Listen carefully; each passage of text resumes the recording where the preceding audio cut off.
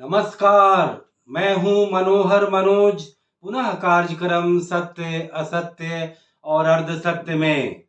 दोस्तों, आज हम बात करेंगे सुप्रीम कोर्ट के द्वारा भारत के चुनाव आयोग के आयुक्तों की नियुक्ति को लेकर उठाए गए सवालिया निशान पर। साथ ही सुप्रीम कोर्ट के उन बहसों से और उन मंतव्यों से ये अब जाहिर हो रहा है कि वह भारत सरकार के द्वारा तमाम संवैधानिक संस्थाओं के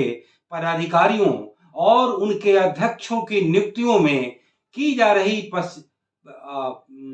पक्षपातपूर्ण रवैये और सरकार के नियुक्ति को लेकर के तमाम संदेह को लेकर के। दोस्तों, हम कहना चाहेंगे कि जब से नरेंद्र मोदी की सरकार आई है तब से ये सवाल लगातार उठाए जा रहे हैं कि यह सरकार एक तरह से ऑटोक्रेटिक तरीके से, अधिनायकवादी तरीके से और गैर लोकतांत्रिक तरीके से लोकतंत्र की सारा खाना पूर्ति तो कर रही है, लेकिन उसके पीछे कहीं न कहीं उसका एक निरंकुशतावाद का छिपा हुआ एजेंडा भी दिखाई देता है। दोस्तों, हम ये कहना चाहेंगे कि एक तरफ सुप्रीम कोर्ट पर भी कहीं न कहीं एक डेमोक्रेसी के प्रिंसिपल के विलग जाकर के अपने जजों की खुद की द्वारा गठित कॉलेजियम के द्वारा नियुक्ति करने को लेकर के भी सवाल उठता रहा है। तो दूसरी तरफ सुप्रीम कोर्ट के द्वारा जो उठाया गया जो केंद्र सरकार पर जो सवाल है, जैसा कि सुप्रीम कोर्ट ने कहा है कि चुनाव आयोग जो अपने आप में इस देश की डेमोक्रेसी में, इस देश की पॉलिटी में एक बहुत बड़ा रेगुलेटर की भूमिका का निर्वाह करता है, वह संस्था जो कि भारत के लोकतंत्र को एक तरह से 5 साल चुनावों के जरिए सार्थक करने का काम करती है, और उस आयोग के पदाधिकारियों की नियुक्ति को लेकर के भारत सरकार को जो अधिकार दिया गया है, उस अधिकार के तहत अपने खेमे के, अपने समर्थन के और अपने लॉबी के नौकरशाहों को वरीयता देने का मामला सुप्रीम कोर्ट ने उठाया है। दोस्तों, हम ये कहना चाहेंगे कि दोनों आक्षेप, चाहे वो सुप्रीम कोर्ट पर लग रहा हो कॉलेजियम को लेकर के, और चाहे भारत सरकार पर न केवल चुनाव आयोग बल्कि तमाम संवैधानिक संस्थाएं, चाहे वो सूचना आयोग हो, चाहे वो प्रेस आयोग हो, चाहे वो और तमाम तरीके की संवैधानिक संस्थाएं हो, चाहे वो रिजर्व बैंक ऑफ इंडिया हो, सेबी हो, या ऐसी तमाम संवैधानिक संस्थाएं ही नहीं, तमाम नियामक संस्थाओं की नियुक्ति को लेकर के भी नरेंद्र मोदी की सरकार जिस तरीके से एक तरह से पॉलिटिकल फैक्टर को ध्यान में रख करके नियुक्तियों को अंजाम देती है, वह नियुक्ति जो कहीं न कहीं मौजूदा राजनीतिक निजाम को, अपने राजनीतिक निजाम को अक्षुण्ण बनाए रखने में मददगार होती हो, उसे लेकर के जो ये सुप्रीम कोर्ट ने ये सवाल उठाया है। दोस्तों, हम कहना चाहेंगे कि लोकतंत्र के व्यापक उद्देश्यों के खातिर बहुत ही वाजिब और बहुत ही बढ़िया सवाल है। दोस्तों, जब हम एक लोकतंत्र में जी रहे हैं, वह लोकतंत्र जो देश में आजादी के बाद अब अपना अमृत काल मना रहा हो, उस लोकतंत्र के जो तमाम तौर तरीके, चाहे वो पॉलिटिकल पार्टी की फंक्शनिंग हो, पॉलिटिकल पार्टी को नियमित और नियंत्रित करने वाला चुनाव आयोग हो, चाहे देश में 3 टायर के चुनाव केंद्र, राज्य और प्रांतीय स्तर पर जो सेंट्रल इलेक्शन कमीशन और स्टेट इलेक्शन कमीशन के द्वारा आहूत किया जाता है, अगर उनके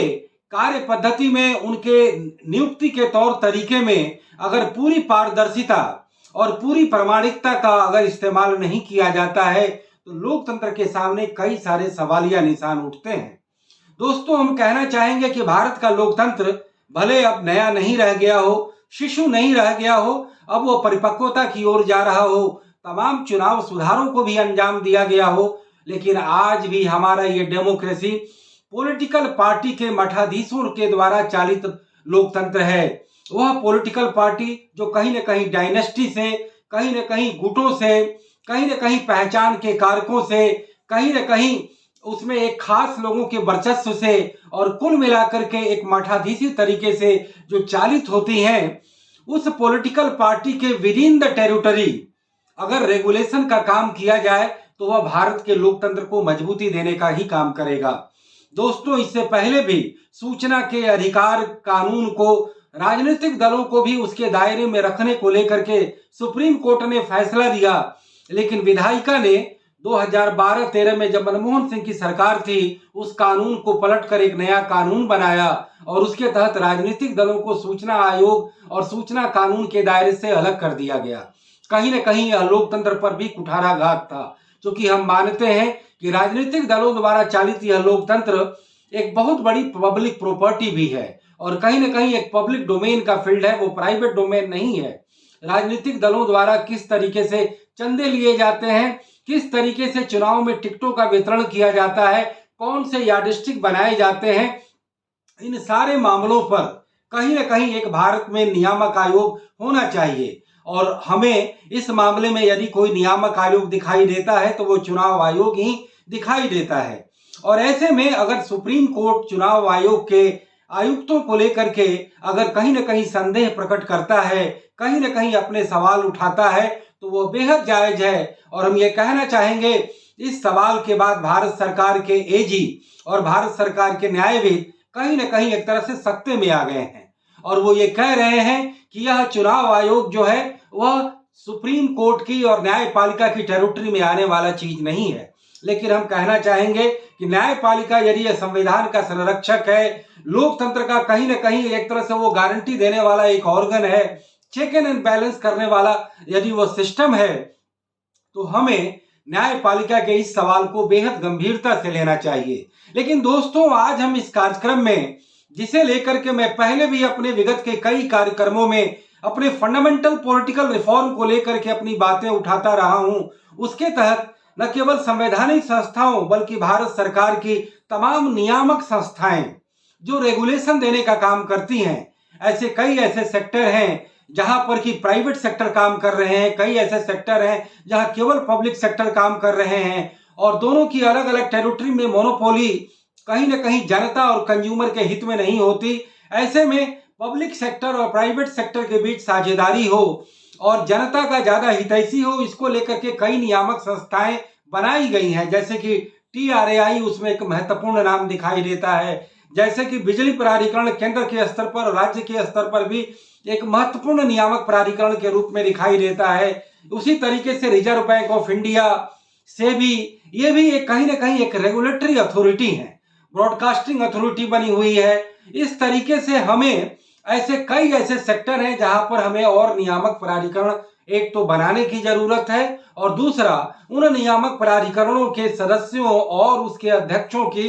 नियुक्ति के लिए भी एक ऐसा मानदंड विकसित करने की जरूरत है जहां पर कि केवल मेरिट के आधार पर, केवल एक निष्पक्षता के आधार पर और बिल्कुल एक लोकतांत्रिक निरपेक्षता के आधार पर, यानी कि वो किसी पार्टी का, किसी गुट का हितैषी न हो और वह केवल और केवल लोकतंत्र के हित में, गुड गवर्नेंस के हित में और भारत देश के उच्च लोकतांत्रिक मानदंडों के हित में काम कर सके। लेकिन सुप्रीम कोर्ट ने आज चुनाव आयोग को लेकर के जो ये फैसला दिया है, इसी सुप्रीम कोर्ट में एक नेशनल जुडिशियल अपॉइंटमेंट कमीशन जब संसद बनाती है तो उस कमीशन को यह सुप्रीम कोर्ट रद्द कर देता है और 1992 के बाद से सुप्रीम कोर्ट और न्यायपालिका को यह लगता है कि यदि न्यायपालिका की नियुक्ति अगर कार्यपालिका करेगी, विधायिका करेगी, तो एक तरह से न्यायपालिका की शक्तियों का क्षरण होगा। हमें लगता है हमें कोई ना कोई ऐसी व्यवस्था ईजाद करनी होगी कि लोकतंत्र के इन तीनों अंगों को ज्यादा बढ़िया तरीके से नियमित किया जा सके, उनकी नियुक्ति की जा सके। अगर विधायिका को हर 5 साल पे चुनाव के जरिए अपने आप को स्थापित करना पड़ता है, कार्यपालिका को भी विधायिका के मातहत अलग अलग सेवा चयन आयोगों के जरिए अपने आप को जो है एक तरह से ऑर्गेनाइज करना पड़ता है, अपने को संरचित करना पड़ता है। ठीक उसी तरीके से न्यायपालिका को भी अपने किसी न किसी दायरे में लाना होगा। लेकिन एक बार जब इन तीनों अंगों का, लोकतंत्र के तीनों अंगों का जब एक बार गठन हो जाता है तो उनकी एक मानदंड, उनकी एक मर्यादा, उनकी एक चेक एंड बैलेंस का भी काम जरूर होना चाहिए। और मुझे लगता है इन तीनों अंगों को सुपरवाइज करने वाला एक चौथा अंग, सबसे माकूल अंग मीडिया हो सकता है। लेकिन दुर्भाग्य से हमारे लोकतंत्र के चिंतकों ने और हमारे देश के नीति नियामकों ने मीडिया को इस लोकतंत्र में कोई संवैधानिक, यहाँ तक कि कोई वैधानिक भी जगह नहीं देने का काम किया है, जिस वजह से हमारा लोकतंत्र एक तरह से अपूर्ण बन करके रह गया है। बहरहाल फिलहाल सुप्रीम कोर्ट के इस फैसले से और इस इंटरवेंशन से और इस तरीके की उनके बातों को उठाए जाने से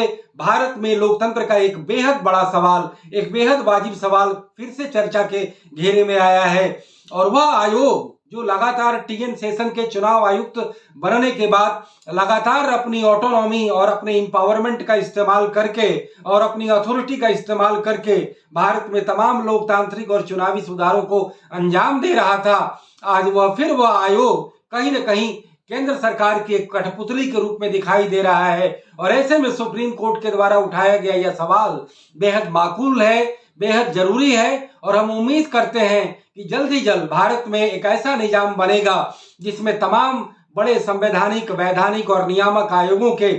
सदस्यों का जो गठन होगा वो बेहद पारदर्शी और प्रामाणिक तरीके से होगा। तो दोस्तों, इसी नोट के साथ मैं अपनी यह बात समाप्त करता हूं। फिर किसी मुद्दे पर, फिर किसी सवाल पर पुनः बात होगी। तब तक इजाजत दीजिए। नमस्कार, जय हिंद, गुड बाय, शब बखैर।